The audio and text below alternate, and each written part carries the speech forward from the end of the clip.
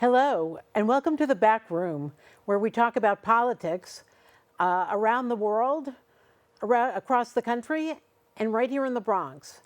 I'm Lisa Schifrin, your host, a former Republican speechwriter. I'm David Eisenbach, presidential historian.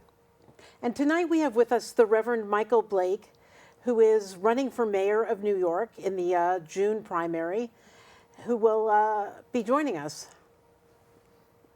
Hello, Michael. Last time I saw you was when we were both running in the 2019 special election for public advocate to fill Tish James' seat. And I want to say, among the politicians, you were the friendliest and the most genuine of all the candidates. So it's great to see you running again for mayor. Great to see you. Really appreciate that, and really appreciated the camaraderie you had on the campaign trail. It was a blessing. It was. It'd be great to hear a little bit about what you're running on, what you want to do for New York City. You know, as a former assembly member for the Bronx, as a former White House aide to President Obama, as a reverend, as a community leader, I'm running for mayor because I want to help New Yorkers make and keep more money in their pocket. I want to be very focused on how we reduce the cost of living. And I want to reimagine what's happening in our city so that you can actually have a mayor that you can trust, because we deserve better. We're not getting back enough. We can accomplish these things in very specific ways. First, I'm the only person in this race who's actually defeated Donald Trump. When Donald Trump was president and I was the vice chair of the DNC, our team with Tom Perez as our chair and me as a vice chair, actually defeated his foolishness and what was happening across the country, which people want to know who's going to be a fighter for them. We could talk very specifically around what are we doing around the true cost of living. And if you help businesses to make more money so that they can hire more people, if we help focus on increasing the wages for individuals, and then we take the steps to ensure that we're reducing actual costs of what's happening for our communities who are challenged with cost of eggs and cost of milk, now that's how you can change the game for our people. We want to focus very simply around affordable housing, because we can make sure that's a focus, as well as around, again, public safety, public education. So to your question, we deserve better than what we're getting right now. And if we want a new generation of leadership, that is why I'm running for mayor. What about crime? What are you going to do about crime? Public safety is a critical element of this. As we understand, we have to change this because people don't feel safe. You have to have an increased street patrol of our police officers with body cameras on, ensuring that you allow for officers to see what's happening within the community without us return to stop and frisk, because that led to a lot of unconstitutional behavior. But we can be very focused on how we can actually have increased street patrol with body cameras on, so that then that frees up to have mental health professionals actually addressing the mental health crisis that's happening in our subways and our streets. What about bringing back bail? Well, no, bringing back bail, but bail does exist. In terms of, to your question around revisions around bail, there have to be changes around bail reform, around speedy trial and discovery, so that we are ensuring that repeat offenders are not getting out as easily as they have been. On the crime issue, it's always struck me as, people feel unsafe, but at the same time, New Yorkers don't want to give up, civil liberties, and we don't want to return to the days of stop and frisk, as you said. So where do you find your happy medium in terms of policing right and justly, but effectively? More cops does not lead to better policing. What we need is better policing. And so when we think about what has to happen here, first, how do we address the economic conditions in a community? Because if someone has more money in their pocket, it becomes very unlikely that they want to pursue a path of stealing and robbery and violence, because they have their own economic condition that is in place. Second, we also have to address the mental health concerns on the front end, because if we're not serious about that, we are seeing communities that are going awry in too many areas. So then when we take the next step, have a focus around community policing, hiring more officers to be engaged in the process without increasing the budget, because as we saw last year, you had a $1.4 billion NYPD overtime budget, in large part because you had officers who felt like no one is actually helping me. Why would I take the steps here if someone is going to be out tomorrow?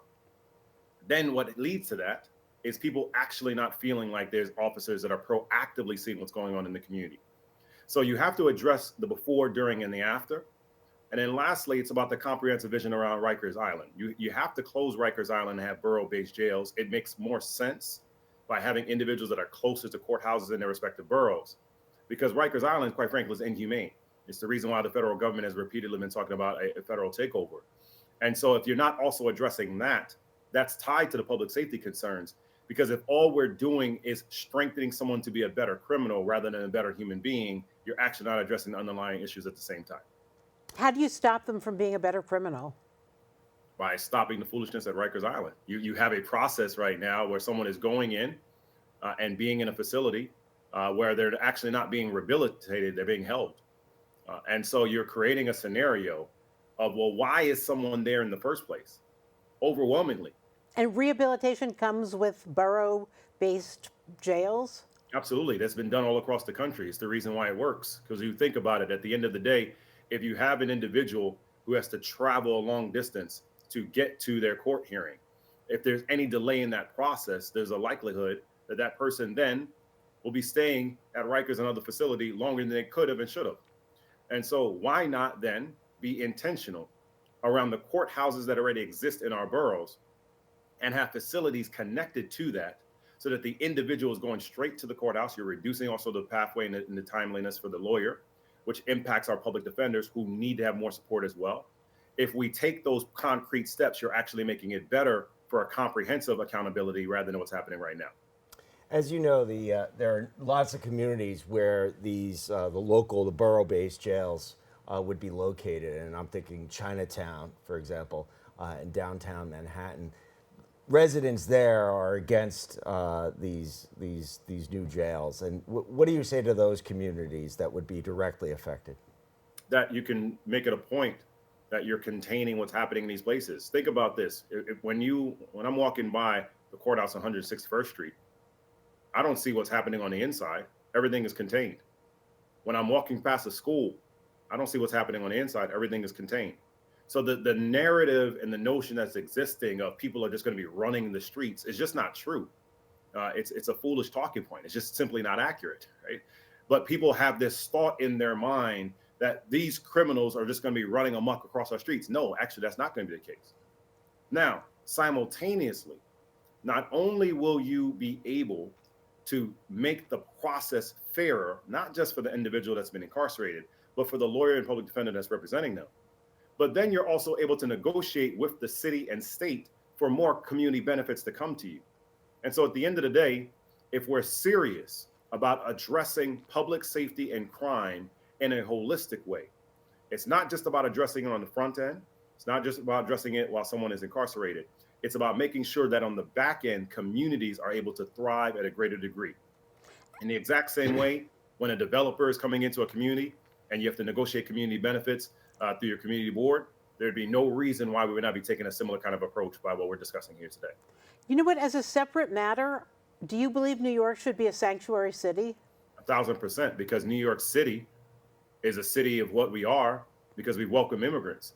And we have allowed a narrative to exist, unfortunately, from the Republican Party that immigration is bad. Let me be very clear. No, I think that the Republican Party believes that illegal immigration is bad and legal immigration is fine. That's just not accurate, because the reality is the sanctuary city revocal and conversation is not coming from Democrats. It's been coming from Republicans.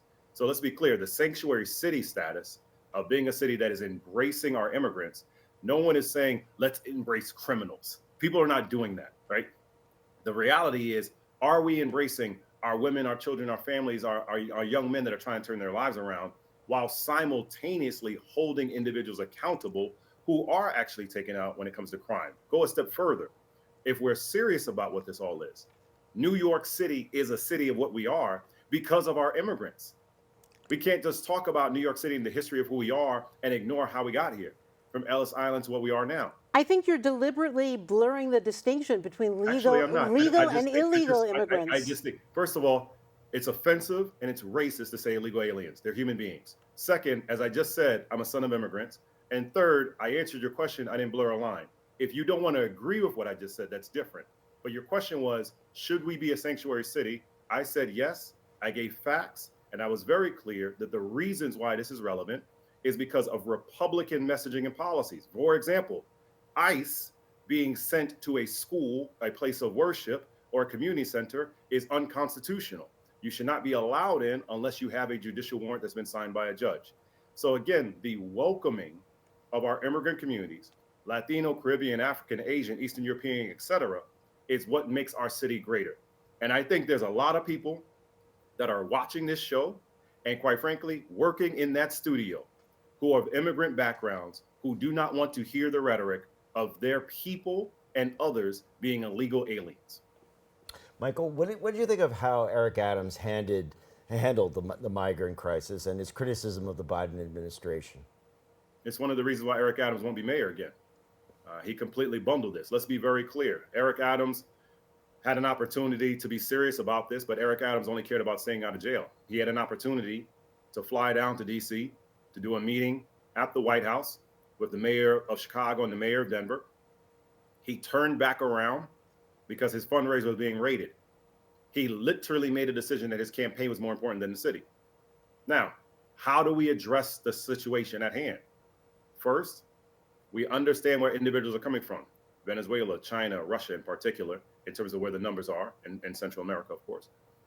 Second, we embrace by ensuring that our nonprofits that are supporting our immigrant communities are being reimbursed upfront and faster with greater language access and actual connectivity to community opportunities through language access, as well as resources that are relevant to those communities where they come from and the individuals they come from.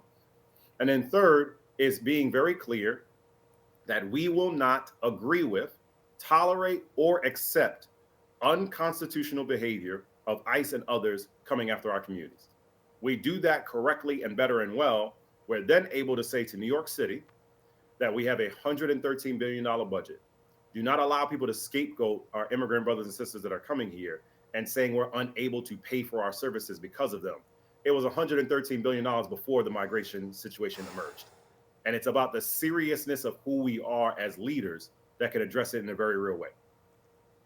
What do you think of Governor Hochul and her work? Are you supporting her, or will you support Richie Torres for governor?